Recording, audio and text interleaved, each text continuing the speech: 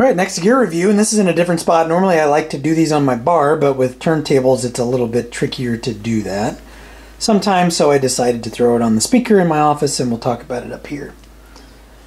So this is the Thorens TD165 turntable. That was Ralph yakking something up in the corner. Thorens TD165 manufactured between 72 and 76, although I'll go through the product lineup here and talk to you about the different products, the different models and when they ran, at least the ones that I care about, I'll be honest with you. Not that all, I mean, Thorens are great, it's just I was looking up the TD series and the 70s vintage TD series. So it's a belt drive turntable. I didn't capture dimensions on this one. There were none posted. I didn't measure this one. Sorry, didn't have time to do that. Let's see. So talking about the product lineup, we have probably the most iconic of the Thorens turntables, the TD124. Those were manufactured either as the 124 or the 124 Mark II, mid 50s to late 60s. The 125 and the 125 Mark II, late 60s to mid 70s, and then the 160, 165, and they are different, but the different variations of the 160, 165 turntables span from 72 to the 1990s is what it says on the Thorens website. I'm really only most familiar, and this gear review is targeted at the 70s Thorens, so I'm not going to go into the 90s variants. So, design of this turntable, it's a sub chassis floating suspension. So the platter and the arm, they're suspended on springs. Right? You can kind of see the springiness right there. The 160 is kind of a scaled down version of, the 165 is a scaled down version of the 160. You see on the 165, this is a plastic inner platter, right? And then the outer platter is, or sub platter is what it's also called. The outer platter is pretty heavy metal. So that's one difference between a mid-70s TD160 and a mid-70s TD165. Also, there's a smaller platter bearing on the 165 versus the 160. So again, kind of scaled back on some of the, well, they had to come up with value somewhere, right? So you always kind of go and put less in the newer model if you need to make more money. I guess that's probably why. They may have other justifications for some of these things. I'm not a Thorens historian, so I don't really know. I'm just kind of guessing that they probably did what most companies do. So as you can see, the aesthetics of this turntable, it's definitely a very clean, classic look, iconic look if you ask me, mid-century modern-ish look, right, understated. It shares the look of like a Lin, right, Thorens. There are a couple of other brands, they're kind of escaping my mind right now, but there are other brands that kind of have this similar look to them.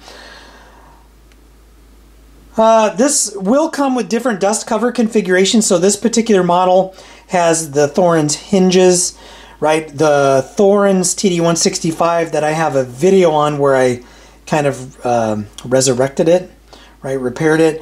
It had the hinges that kind of come out the sides, a little peg, right? And then the dust cover actually is hinged, I guess, on those little pegs that come out. So this dust cover sits on top. The other one sits kind of over it. And then there's also a metal kind of strip here that sticks out that the dust cover rests on the other TD165. Just watch the other video. Watch, the last part of it if you want to see what I'm referring to. So there are a couple of different dust cover configurations. There may be more, but those are the only two that I'm aware of. So as I mentioned, it's a belt drive. In terms of how this thing operates, this is really easy to operate, right? You've got off 33, 45. You just turn it to 33 and it starts to spin. Now what I will tell you about these, this is a very heavy platter. So it does take these a little bit to get up to speed. That's normal. These aren't a direct drive turntable where you turn it on and it's instantly at 33 1/3. It takes a little bit of time to do that. Right, you have the tone arm elevator, right? So it's up or down. So that's the up position, that's the down position, right? And it will raise the elevator right there. It has traditional anti-skate with the use of some nylon and a little weight. This is the TP 16 arm. Let's see, what else? Pretty easy to use. You know, it is 100% manual though, so you do have to pay attention. You can't just set it and forget it or hit a button and have it go. You've got to watch it. You can adjust the anti-skate by moving, right, the weight up and down on those arms right there. So really easy to use, but again, you have to pay attention. Serviceability on these. So I would say these are pretty much a beginner turntable, and I'm looking at it in terms of servicing a turntable, right? So in the realm of servicing turntables, you know, with the kind of advanced turntables being like some of the, you know, microchipped, direct drive, full automatic Sonys or Denons, or duals, right? Those are on the advanced kind of side of that sliding scale. This is more towards the middle, right? Like I said, beginner, intermediate. And the reason why I say that is, right, you've got the spring suspension that requires some tuning, right? And you have to be pretty deliberate when you do that to make sure it's not too springy, it's not too stiff, right? Because you want this to give you some type of protection from vibrations. But other than that, it's a motor and a toner. Right, it's a motor, a belt, a toner. So again, not too difficult to work on. If you're looking at one of these, you want to pick one up. Maybe you want to find one to work on. You know, some common issues. Now, I have not run across one of these with some of these issues. I'm just going by what I have seen online. Right, the ones that I've serviced 4 or 5s. They all had good motors, but I have heard of some motor issues on these. Most commonly, there are issues with the springs. The suspension springs, right? They might be blown. There's also some damping material that tends to crumble over time that helps, right, with the suspension of the platter. People put non-OEM belts on these, and I buy my belts and almost all my Thorens parts and supplies from Vinyl Nirvana, right? Because you can get OEM Thorens belts, you can get upgraded feet for these, you can get suspension kits, both one where you have to add plate or add weight to the suspension and ones that are more forgiving, more like the traditional springs that came on these. OEM head shell issues, so this is proprietary. Sometimes the threads underneath will be stripped out, right? Sometimes I've come across these with oxidation issues. I've come across these where they're just flat out broken and I've had to replace them with kind of an aftermarket, you know, somebody 3D printed one, right, off of eBay. So, you know, some things to look out for. If you see one, it has a head shell and there's no cartridge attached to it, that could be a sign that some of those threads are stripped out underneath. So something to be careful of on that. What other service issues? You know, other than that, they're kind of basic. So really the tuning is where you get into trouble, or motor issues. In terms of servicing this, pulling the platter off, pulling the inner platter out, you know, servicing the spindle, super easy. Putting a new belt on is super easy. Speed adjustment, I think I talk about speed adjustment in my TD165 Resurrection video, where I talked to you about the little plastic gear, for lack of a better term, on the motor shaft, where you can move that up and down and adjust the speed. And I think I do that with maybe the use of a couple of spoons to show you what that process looks like. So typically they're not super difficult to work on. They're probably more it's trickier to tune this than it is to repair it, I guess is what I'm getting at. Not a lot of electronics to complicate things underneath. All right, so in terms of price, what can you expect to pay for one of these? You know, flash the obligatory eBay listing, you know, a couple of different listings that recently sold up there. You know, for one that's super clean. Now this one I would say is very clean, not super clean. And one thing you also have to be aware of if you're looking for one of these, this plinth top material, I swear you just look at it wrong and you can scratch it. So to find one of these unblemished is very, very tricky. This one even has a blemish here. So to find one of these in pristine condition where there are no scratches, it's got a good dust cover, right? This dust cover is a little scratched, but not bad. It's really more dusty than anything. It's been sitting in my closet. You know, so let's say pristine, new out of the box, you know, new old stock. You're probably looking at $700 or more dollars. Not crazy. 700 is kind of high. 800 would be really high on one of these, I think. So maybe around that $700 range. To get one working, so I would call this one, this is an example of a working model, maybe a working model plus, because it does have the original dust cover. There's nothing missing.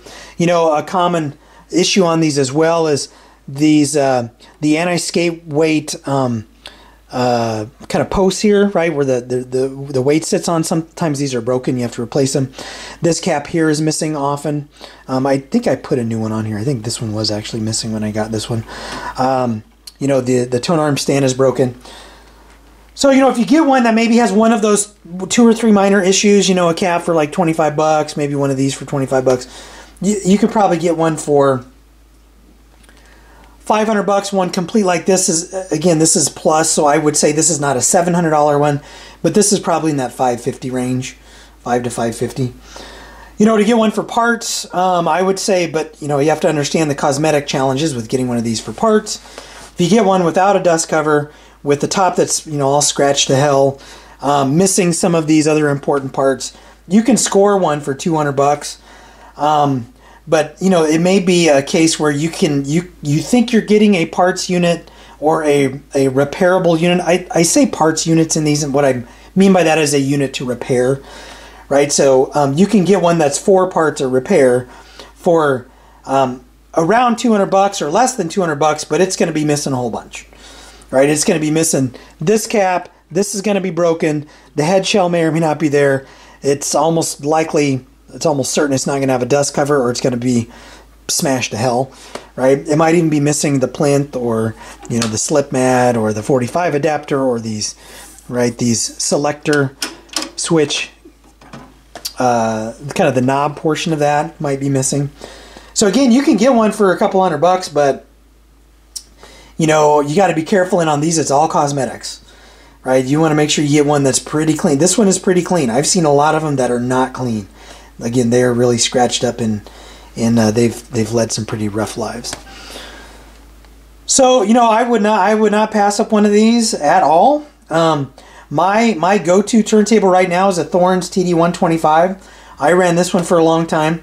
I'm in a season where I kind of binge and then purge, right? So I'm purging a lot of this stuff right now. You're seeing this after this is already left, right? I already have a buyer lined up for this one.